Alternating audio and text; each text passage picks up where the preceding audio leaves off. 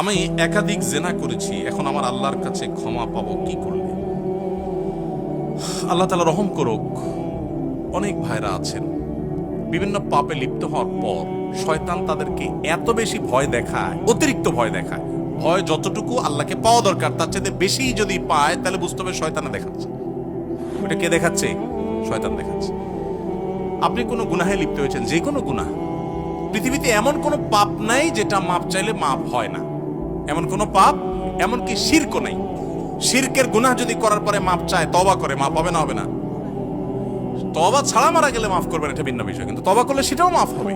তাহলে বোঝা গেল জেনা ব্যভিচার হয়ে গেছে, অন্য কোনো অনাচার হয়ে গেছে, অবশ্যই মাফ করবেন আল্লাহ। হ্যাঁ, মানুষের হক নষ্ট করেছেন। যুবক ভাইয়েরা 3-4 বন্ধু মিলে চা দোকানে চা খেতে বসেছেন, বাসে উঠেছেন, গায়ে জোর আছে, বাহুতে শক্তি আছে।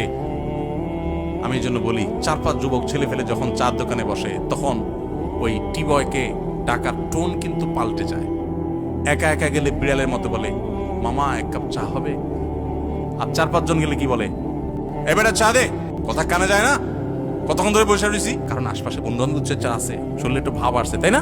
আহা, এই মাস্তানি, এটার বিচার হবে দুনিয়াতে। সে বেচারা বিচার পাবে না, কিয়ামতে বিচার। বুড়া বলে আপনি হাজির সাহেব হয়ে গেলেন, মাগার ওই যৌবন কালে যে মাস্তানি করে আসছেন, গুন্ডামি করে আসছেন, তার বিচার আল্লাহ। So be careful. এই যৌবনকে পাগলামি করে নষ্ট করবেন না, ঠিক আছে তো? ইনশাআল্লাহ যে কোনো অন্যায় করে আল্লাহ কাছে মাফ চাইলে মাফ করবেন, কিন্তু মানুষকে ওই যে ধাক্কা দিয়েছেন, গালি দিয়েছেন, অধিকার নষ্ট করেছেন, হক মেরেছেন, এগুলো কিন্তু আল্লাহ মাফ করবেন না। সাবধান।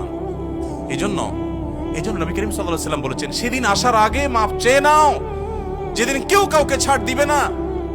কেউ কাউকে ছাড় দিবে না। গালি দিয়েছেন, রিকশালা ভাড়া দেন নাই, চুন থেকে নুন খসছে, কথা থেকে কথা বাড়ছে, তর্ক হয়ে গেছে, যাবেটা দিলাম না, কি করতে পারবি কর, চলে আসছেন।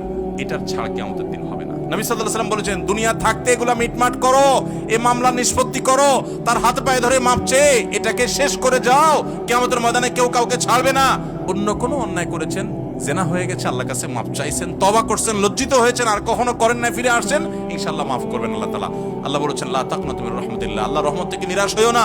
ইন্নাল্লাহা ইয়াগফিরুয যুনুবা জামিআ, আল্লাহ সব গুনাহ মাফ করে দিবেন। তবে জেনা করলেও আল্লাহ তাআলা কি করবেন? মাফ।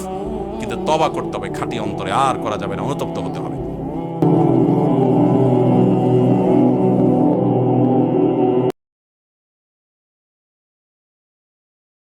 অতএব জেনা করলেও আল্লাহ তাআলা কি করবেন? মাফ।